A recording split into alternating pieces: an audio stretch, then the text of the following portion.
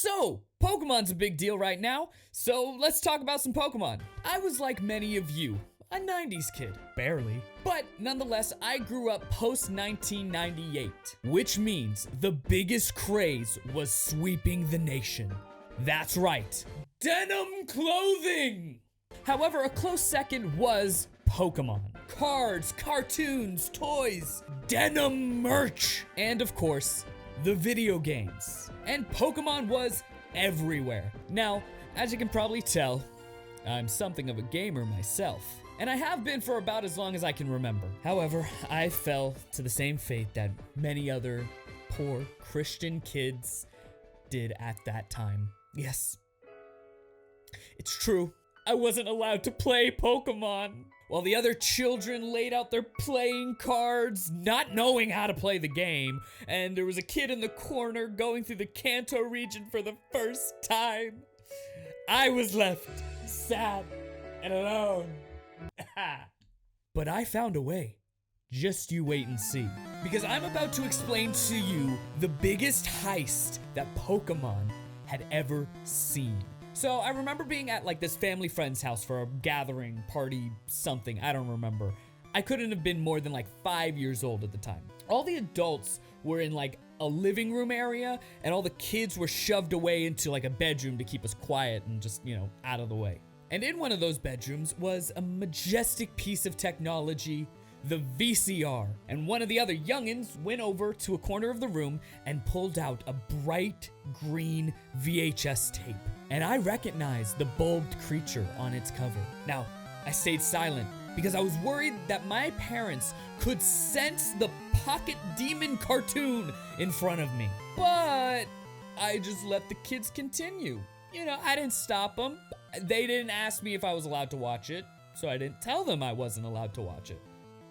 Seems fair to me. So we began the episode, and I was entranced in all of it. Because I was 5 and, bright colors and cute monsters and things like that.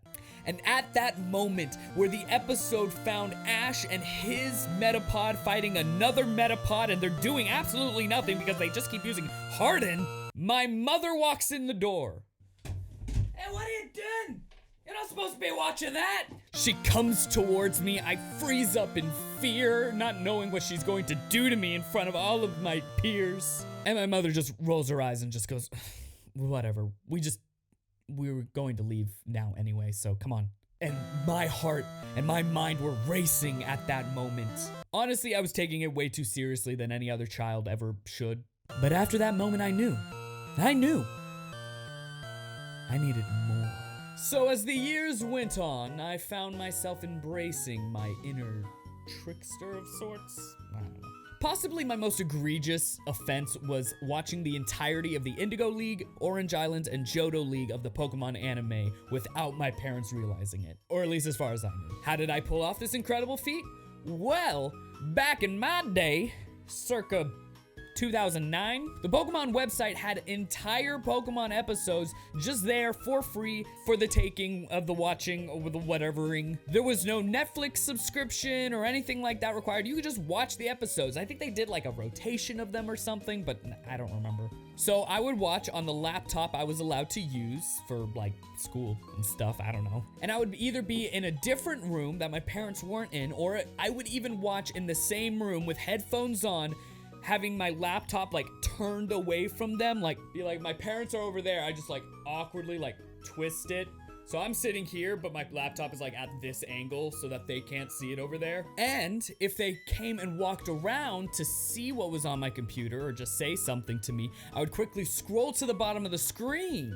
Yes, because there was no Pokemon at the bottom of the page, just a bunch of text and links and probably things that said Pokemon, but I was too dumb to notice. Honestly, I could have just had like another tab open or something, but I wasn't smart enough for that. I was really bad at hiding this.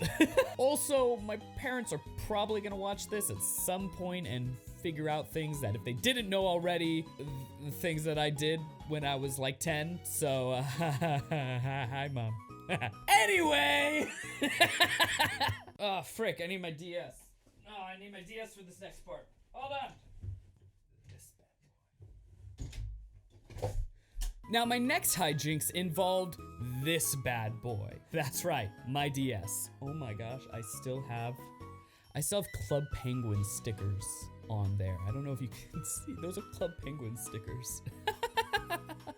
You see, I was not allowed to procure my own Pokemon games, like buy my own Pokemon games with my own money, but, you know, there's a gray area about borrowing a Pokemon game from a friend. Now, I didn't even really know how Pokemon games worked or what kind of style they were. I just knew I wanted to play one, so I asked my friend if I could borrow his copy. So when devising this plan, my buddy was all like, yeah, so there are like 2 types of Pokemon games, actually. 2 types, you say? Yeah, so you could either just like fight the Pokemon, or actually you can have Pokemon on like your side in the other game, and they can like help you win like stuff. Okay.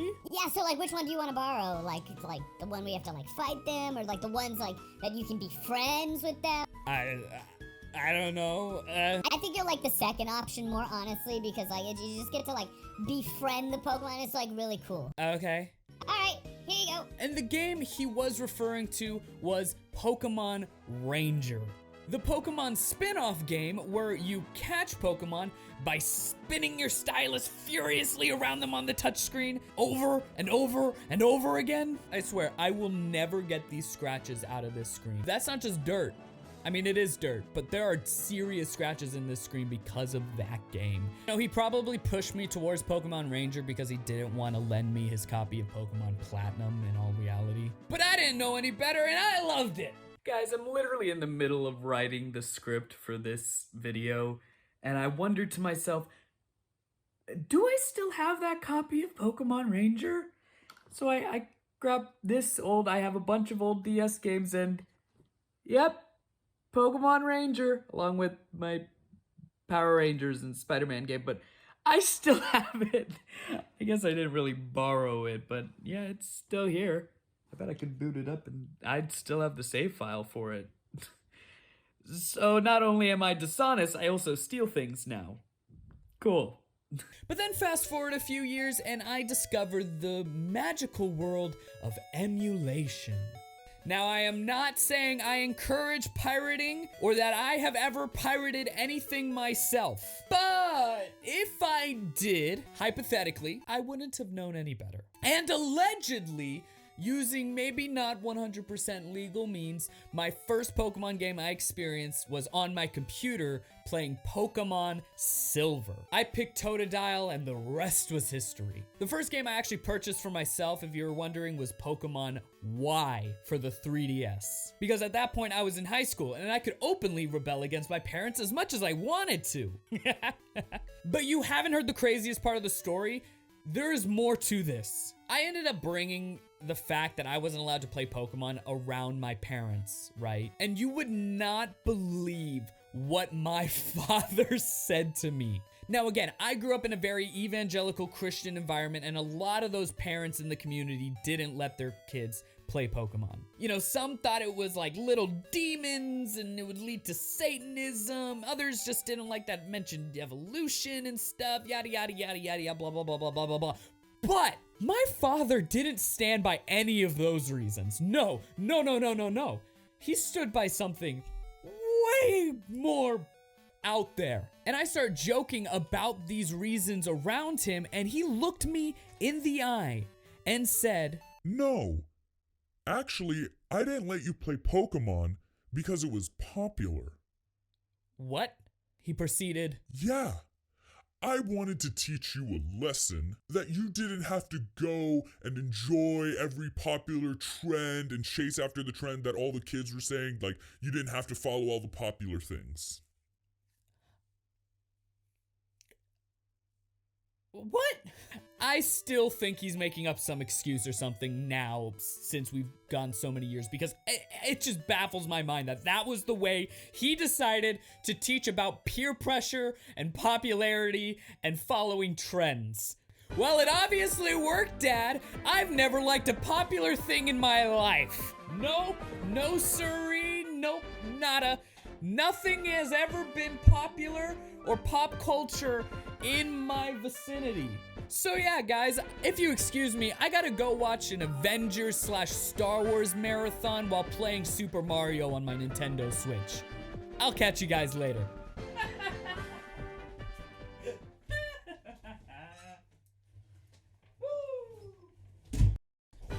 Okay, sorry, really quickly, I just need to remind you to subscribe to the channel because I'm gonna be making more funny little dumb things about nerdy stuff that totally isn't popular at all. And please, like this video because it helps me so much. If it just takes a couple seconds, just like the video, please, right now, please, thank you, love you. I will see you in the next video. Bye!